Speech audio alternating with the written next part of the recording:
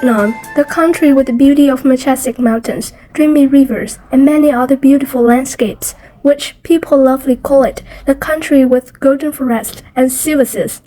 Being born and raised in this S-shaped country for me is a big luck. I've long time to feel, to enjoy the beauty, peace of my homeland.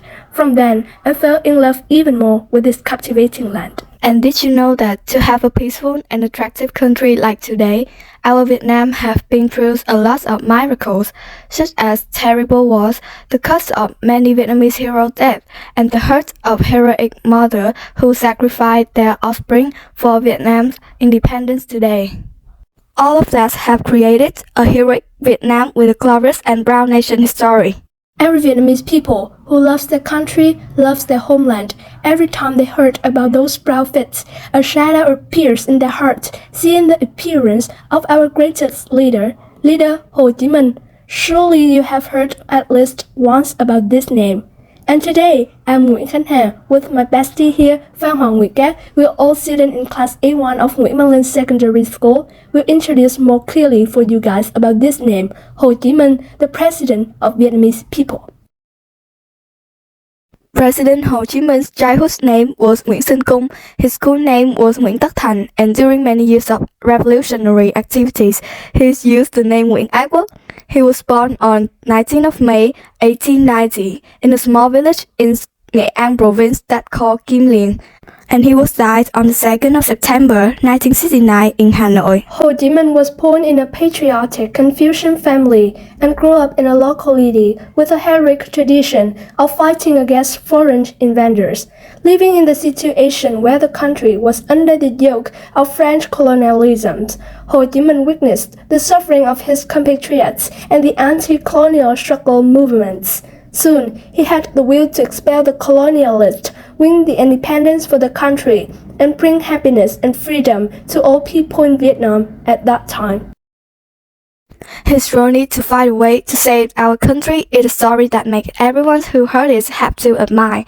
This journey began on the 3rd of June in 1911, when Nguyễn Tất Thành received a staff card to board the ship a minute later driven with the name Văn Bà. Tuesday later, on the 5th of June 1911, the ship left Nha Rong port to France. After 30 years of traveling to different lands under the name Nguyễn Tất Thành, he went to many countries in Asia, Europe, America, and Africa, living in harmony as a worker. Through practice, Bác Hồ deeply sympathized with the miserable lives of workers and colonial people, as well as their sacred aspirations. Ho Chi Minh soon realized that the Vietnamese people's struggle for nation liberation was a part of the common struggle of the world's people and actively worked to unite all people from all nations in that struggle to gain independence and freedom. In 1911, Ho Chi Minh left the Nha Rong port to find a way to save his country, traveling for 30 years before returning. From then on, he and the people made a revolution, leading the nation to the path of freedom. An event that touched many Vietnamese hearts at the time and also later. It was shared by President Ho Chi Minh himself on the 2nd of September in 1945. Today he officially read the Declaration. Independence, giving birth to the Democratic Republic of Vietnam.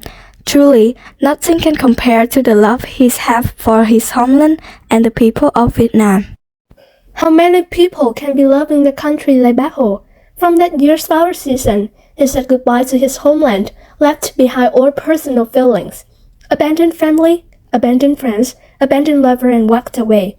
Country's love has expanded to encompass all personal and private love. And that love was so great that it became the driving force that made him not give up during the days of working as a laborer, taking extra classes, overtime hungry days. No matter what job he did, no matter how difficult it was, he was still diligent. Because Bác Hồ knew that only with utmost effort could we find a way to liberate the nation. Poet Tố Hữu commented with a sentence, "Cherished everything and forgot himself." He takes care of the elderly like his own mother and father, cares for his uncles and aunts like his brothers, and cares for the children like his own children. He spent his whole life serving the people and the country. and even when he left, he still couldn't calm his worries. Now, I'm standing in the still house of Bác Hồ. You see, everything is really simple and frugal.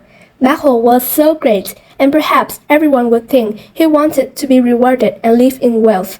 But no, the still house, a few hibiscus bushes, and cycad trees is all like living in the middle of hometown. Every day, the meal is really frugal with vegetable soup.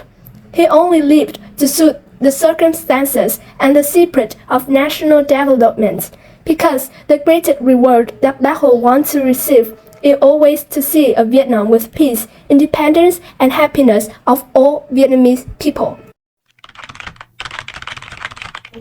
What do you feel about what Ho Chi Minh has done for Vietnamese people? Before I came in Vietnam, I don't know nothing about him. And when I visit different museums, I understand that it was a great man for all the people, in the country and in the town, and for the students. So it was a very good man, I think. Okay? Thank you so much. The story of Bác Hồ is not only a story that has thematic influence, but it also makes a strong impression on international people. That is proven by the fact that many places around the world, from Asia, Europe to Africa and America, have erected monuments to President Ho Chi Minh to commemorate the world cultural celebrity. According to statistics, up to now, statues and monuments commemorating President Ho Chi Minh have been present in about 20 countries around the world. His love, his erudition, and his quality have created a great monument, not only in Vietnamese people's hearts, but also in the hearts of many international people who has peace-loving. He passed away, but what he taught remained forever in our mind. The Home Kings had the merit of building the country. We must preserve our country together.